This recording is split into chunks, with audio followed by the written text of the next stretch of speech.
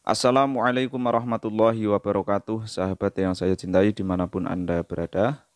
Semenjak saya memutar videonya channel Agama Sebelah, yang sebelumnya sudah pernah saya unggah di laman komunitas, rupanya setelah itu rekomendasi di beranda YouTube saya, itu lebih sering disuguhi diskusi-diskusi channel Agama Sebelah yang membicarakan tentang Islam. Karena penasaran, apa saja yang mereka bicarakan tentang Islam, akhirnya saya iseng-iseng saja menyimak beberapa diskusi mereka. Ya, di sisi lain, sebetulnya saya justru senang ketika melihat mereka membicarakan agama Islam dengan merujuk kepada Al-Quran dan hadis.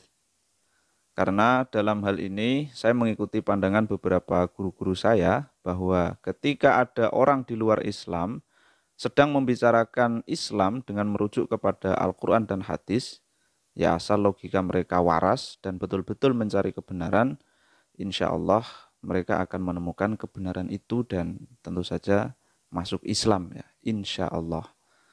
Namun di sisi lain, saya sempat geleng-geleng kepala sahabat. Ketika mereka berfantasi seenaknya sendiri dalam memahami terjemahan ayat-ayat suci Al-Quran dan hadis yang ada di Google. Sehingga dari fantasi-fantasi itu muncullah kesimpulan-kesimpulan yang melenceng dari maksud ayat maupun hadis yang dibicarakan. Ada beberapa hal yang saya sorot dari diskusi mereka. Di antaranya adalah mengenai pernikahan baginda Nabi Muhammad Shallallahu Alaihi Wasallam dengan Sayyidatuna Aisyah radhiyallahu anha. Jadi di dalam hadis sahih itu ada hadis seperti ini sahabat. An Aisyata qalat tazawwajani Rasulullah sallallahu alaihi wasallam li sitti sinina wa bana bi wa ana bintu tis'i sinina. Qalat faqadimnal madinata fawu'iktu syahran fawafa sya'ri jumaimatan ilang qal ya. Yang kurang lebihnya artinya seperti ini.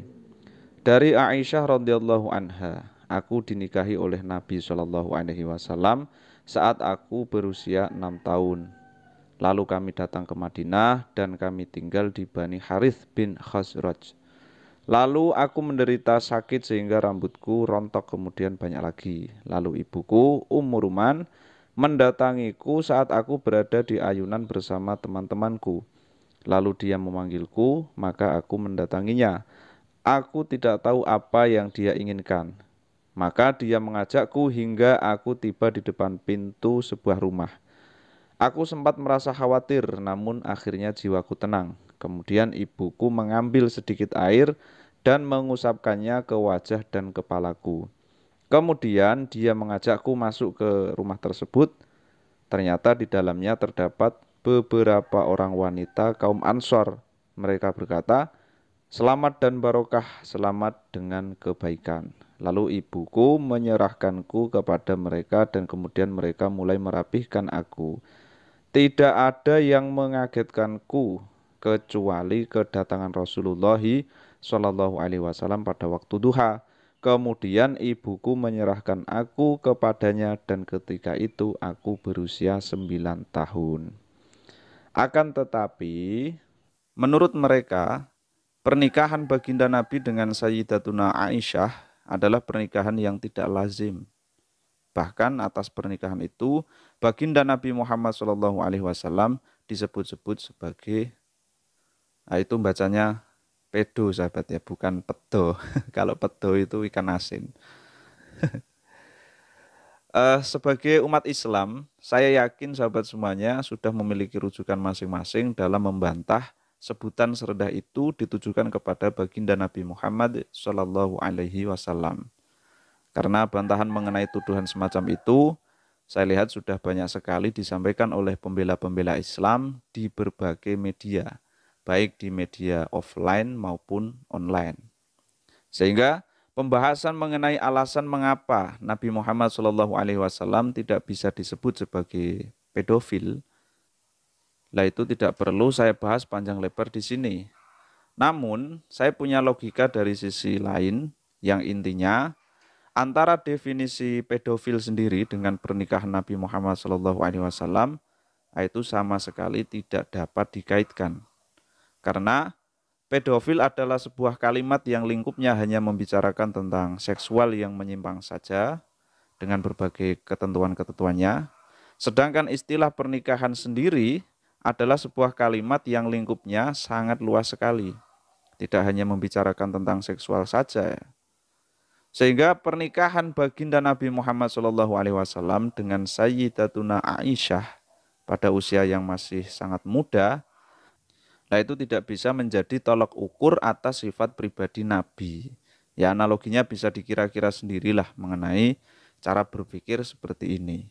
Maka klaim-klaim sifat menyimpang seperti pedofil, kemudian cabul, hiper, dan semacamnya akan sangat bertentangan sekali dengan akal sehat ketika dilekatkan kepada makhluk paling sempurna di muka bumi ini yang semua sabdanya tidak pernah muncul dari hawa nafsu. Wa ma yantiqu 'anil hawa in huwa illa wahyu yuha. Ini butiran debu saja sebetulnya mengenai di mana titik cacat logika beberapa oknum pemeluk agama sebelah. Namun step by step dapat membuka di mana kesimpulan yang salah dari fantasi-fantasi mereka. Ya ibarat debu sungguhan kalau berada di tangan, itu tidak terasa apa-apa. Itu pun masih memerlukan cuci tangan. Beda urusannya kalau debu itu berada di mata. Ya normalnya ya mermelek gitulah ya. Akan tetapi poin utama saya sebetulnya bukan pada masalah cacat logikanya. Akan tetapi lebih kepada pengamatan saya terhadap kualitas logika dari oknum yang memiliki kesimpulan bahwa baginda Nabi Muhammad SAW memiliki kepribadian dari hasil fantasi mereka sendiri yang kelihatannya masuk akal tetapi sebetulnya itu di luar nalar. Nah, kalau saya amat-amati dari beberapa diskusi-diskusi yang mereka lakukan, banyak sekali fantasi-fantasi yang mereka buat-buat sendiri kemudian mengeluarkan kesimpulan sendiri.